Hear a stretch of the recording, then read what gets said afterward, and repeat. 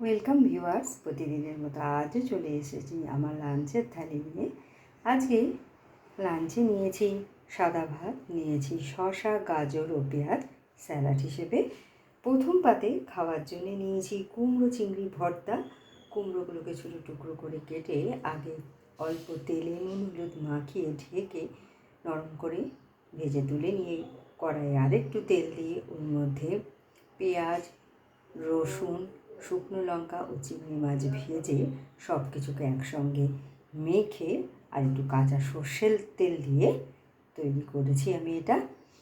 তারপরে নিয়েছি আলু, পটল ও ডিমের কারি। ডিমটাকে আগে সেদ্ধ করে নুন হলুদ মাখিয়ে ভেজে তুলে নিয়ে ওই তেলের মধ্যে আলু আর পটলও ভেজে তুলে নিয়েছি।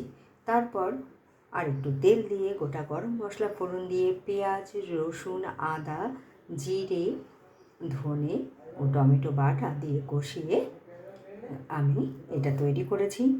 আর শেষ পাতে খাওয়ার জন্য নিয়েছি টক দই। তো কেমন লাগলো আপনাদের আমার এই সিম্পল লাঞ্চ থালিটা? ভালো লাগলে লাইক, শেয়ার এবং সাবস্ক্রাইব করবেন আমার চ্যানেলকে। Thank you for watching.